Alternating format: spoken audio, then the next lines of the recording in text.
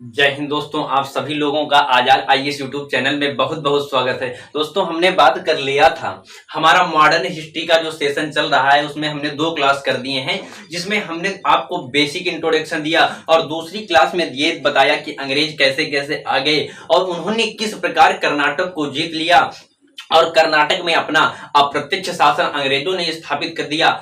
कर्नाटक और हैदराबाद में किस तरह दोनों ने कैसे जीता और बाद में फ्रांसीसियों की हार हो गई। वानडिवास के युद्ध में कैसा उन्होंने पेरिस की संधि में क्या क्या किया, ये सारी चीजों की चर्चा कर ली और हमने ये भी बताया कि अंग्रेजों की दृष्टिकोण से कर्नाटक युद्ध का क्या महत्व हुआ। अब अंग्रेजों ने जैसे ही कर्नाटक को जीत लिया उसी तरह अब वो बंगाल में भी अब जीत रहे थे और बंगाल में क्या हुआ कि एक युद्ध हुआ जिसका नाम पड़ा प्लासी का युद्ध। और ये प्लासी का युद्ध 1757 ईस्वी में हुआ। ये प्लासी का युद्ध किनके किनके बीच हुआ था? तो अंग्रेजों की तरफ से था रॉबर्ट क्लाइव, तो अंग्रेज अधिकारी था रॉबर्ट क्लाइव, तो अंग्रेजों की तरफ से था रॉबर्ट क्लाइव। और इसके बाद वीएस और इसके किसके बीच में हुआ था? तो बंगाल का जो नवाब बना था उसका नाम था सिराजुद्दौला।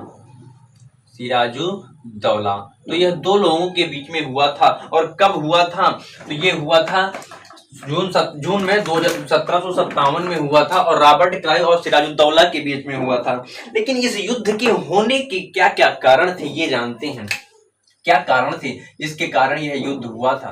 तो प्रमुख कारण ये था कि अंग्रेज जो है, अंग्रेजों की महत्वाकांक्षा, कोई भी चीज हो तो सबसे पहले अंग्रेजों की महत्वाकांक्षा थी। वो भारत को गुलाम बनाना चाहते थे और वहां का आर्थिक विद्रोहन करना चाहते थे। खासकर जब दूसरा कर्नाटक युद्ध हुआ तो अंग्रेज बहुत खुश थे। द्वितीय कर्नाटक युद्ध के बाद अंग्रेज खुश थे, तो किसी भी परिस्थिति को अपने हाथ से जाने नहीं देना चाहते थे कि हमारा विस्तार हो। उस विस्तार की परिस्थिति को अनुकूल जाने नहीं देना चाहते थे अपने हाथों से।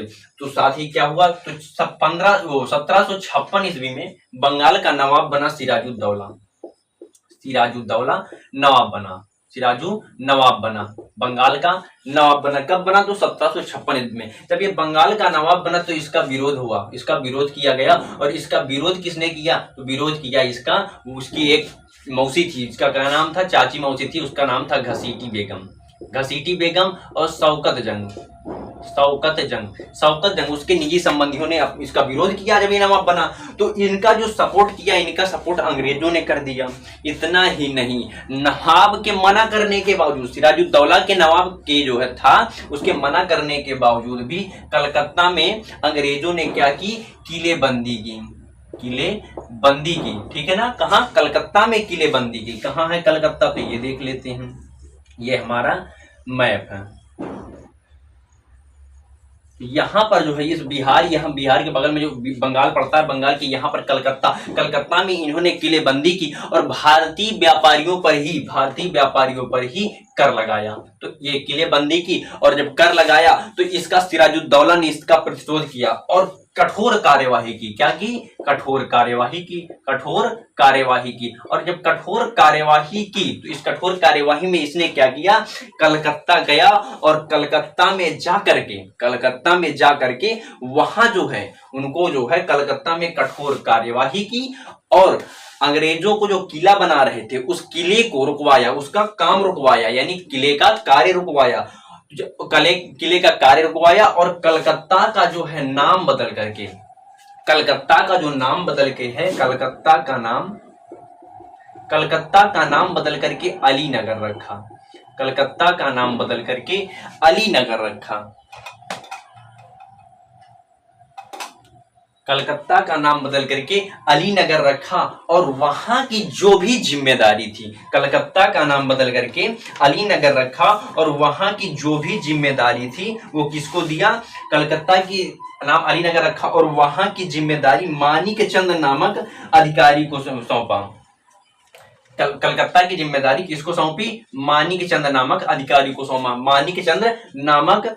को सौंपा। और बहुत से अंग्रेजों को पकड़ लिया और बंदी बनाया अंग्रेजों को। और बहुत सारे अंग्रेज कहां बस गए? तो फुल्टा द्वीप में बस गए। बहुत सारे, एक द्वीप है तो बहुत सारे अंग्रेज फुल्टा द्वीप में चले गए और मद्रास से मदद मांगी। किससे मांगी? मद्रास। और मद्रास में कौन बैठा था? तो रॉबर्ट क्लाइव बैठा था। रॉबर्ट क्लाइव ने कहा ठीक है हम आते हैं। लेकिन इसी संदर्भ में क्या होता है, इसी संदर्भ में यह होता है कि काल कोठरी नामक, जब इन्होंने क्या किया, कलकत्ता में जो है नियंत्रण स्थापित किया, तो काल कोठरी नामक घटना का भी उल्लेख होता है। ये काल कोठरी नामक घटना क्या थी, देखो काल कोठरी नामक, काल कोठरी जिसको हम ब्लैक हॉल की घटना कहते हैं, ब्लैक हॉल। देखो ब्लैक हॉल की घटना क्या है, ब्लैक हॉल की जो घटना है, इस घटने में क्या किया, जब ये गया था कलकत्ता, और कलकत्ता में जब कलकत्ता के चंदनगर में इसने क्या किया था, 123 लोगों, 146 लोगों को पकड़ करके एक हाल में बंद कर दिया था, हाल में ठूस ठूस के भर दिया था, लात मार मार के इसे भर रहा था, ठीक है ना। तो एक कमरा में बंद कर दिया था, एक हाल में बंद कर दिया था, जिसमें सिर्फ कितने लोग बचे थे, 146 में सिर्फ 23 लोग बचे थे, जिसमें जो है एक अधिकारी, एक जो है अंग्रेज अधिकारी भी था जिसका नाम था हालवेल, और यह घटना हालवेल नामक अधिकारी के दिमाग की ही उपज मानी जाती है। क्वेश्चन पूछेगा कि ब्लैक हॉल की जो घटना है ये किसके दिमाग की उपज थी, तो ब्लैक हॉल नामक अधिकारी के दिमाग की उपज थी। साथ ही इसके बाद क्या हुआ, अब जब इसने पकड़ लिया तो अंग्रेजों ने इसको ध्यान में रखते हुए प्रतिशोध की मांग कर दी।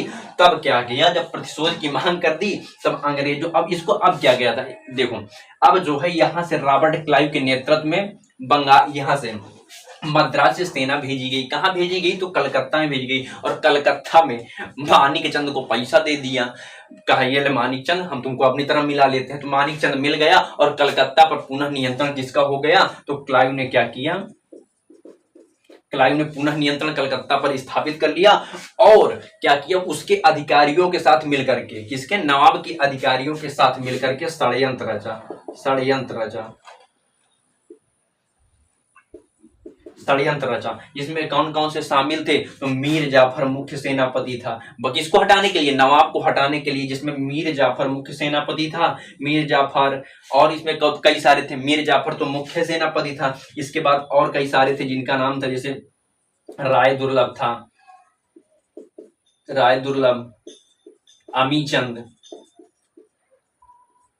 खादिम खान, तो मीर जाफर, राय दुर्लभ, अमीचंद और खादिम खान, इनको जो है अपनी तरफ षड्यंत्र करके मिला लिया। और इससे पूर्व ही, युद्ध के पूर्व ही इसने क्या किया, जो है फ्रांसीसी बस्ती जो थी, फ्रांस की जो बस्ती थी, फ्रांसीसी बस्ती चंदनगर पर भी अंग्रेजों ने या क्लाइव ने कब्जा कर लिया, ताकि इसको कोई सहायता ना दे सके। और क्या हुआ, 1757 ईस्वी में झड़प हो गई,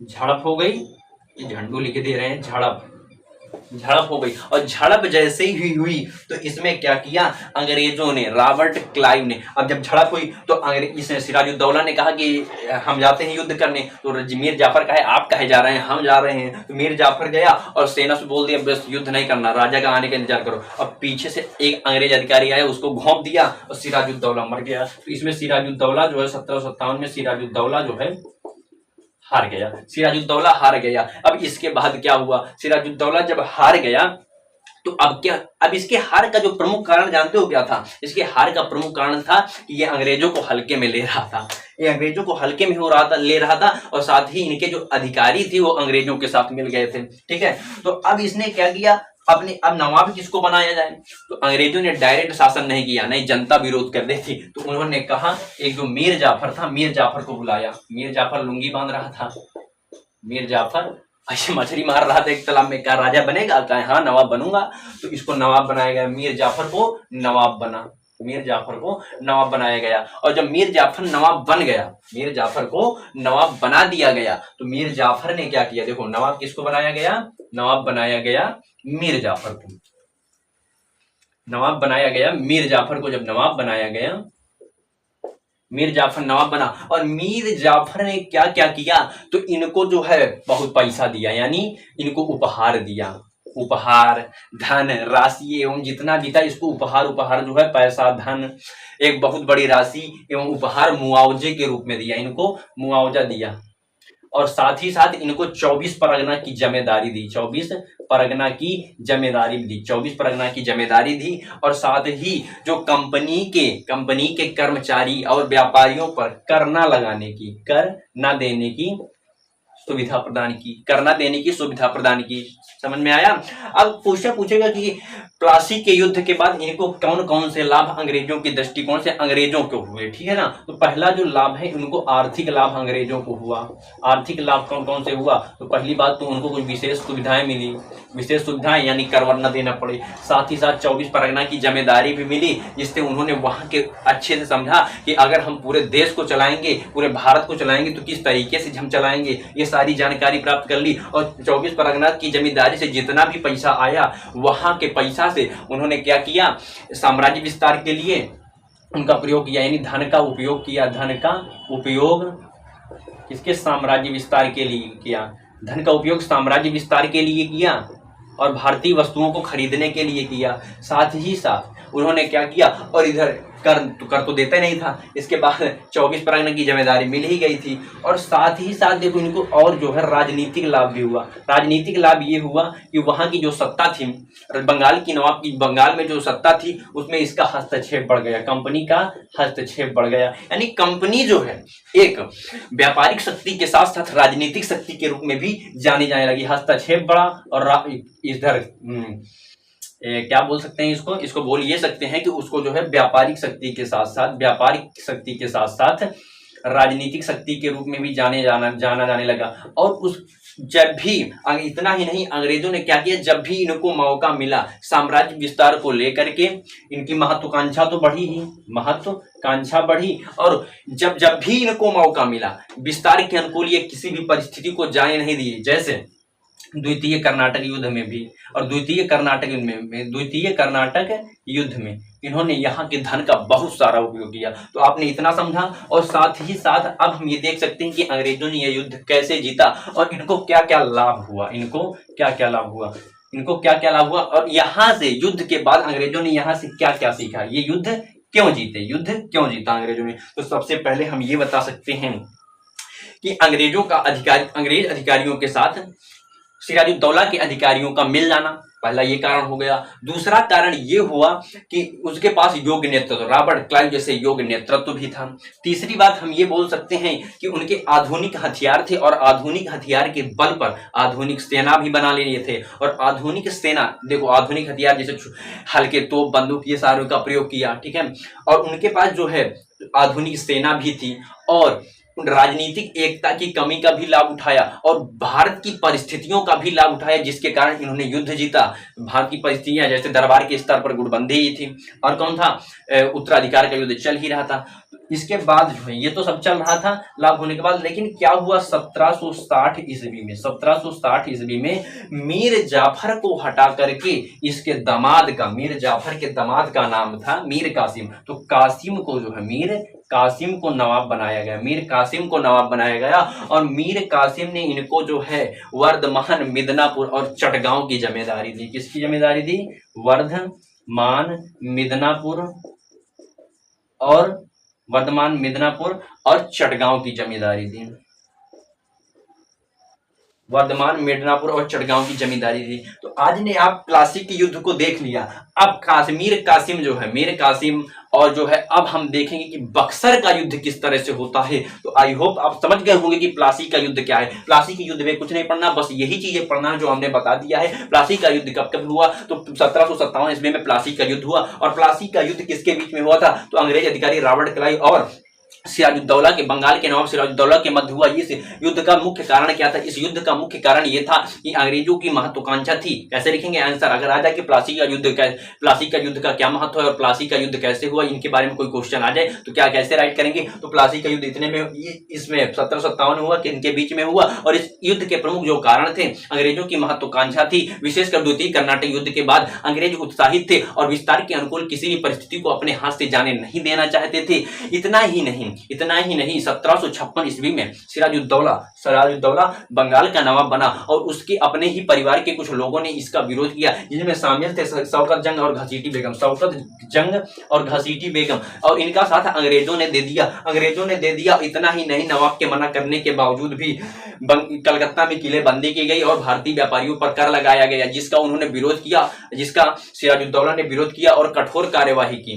कठोर कार्यवाही करने के बाद इसने कलकत्ता पर पुनः नियंत्रण स्थापित किया। कलकत्ता पर जो पोर्ट विलियम का किला बनवा रहे थे उसमें पुनः नियंत्रण स्थापित किया और कलकत्ता का नाम बदल करके अलीनगर रखा और वहां की जिम्मेदारी मानिक चंद नामक अधिकारी को सौंप दी। और वहीं बहुत सारे अधिकारी जो है अंग्रेज अधिकारी भाग करके कहां चले गए, कुछ तो वहीं को बंदी बना लिया, कुछ फुल्टा द्वीप पर भाग करके चले गए।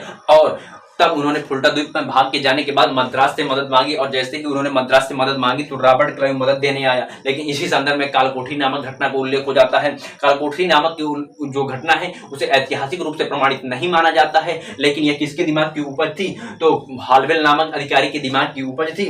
और इसने क्या किया, वहां के अधिकारी जब वो गया बंगाल में कलकत्ता पहुंचा कौन, रॉबर्ट क्लाइव। तो रॉबर्ट क्लाइव जब पहुंचा तो कलकत्ता को बिना युद्ध के बिना ही अपने नियंत्रण में ले लिया।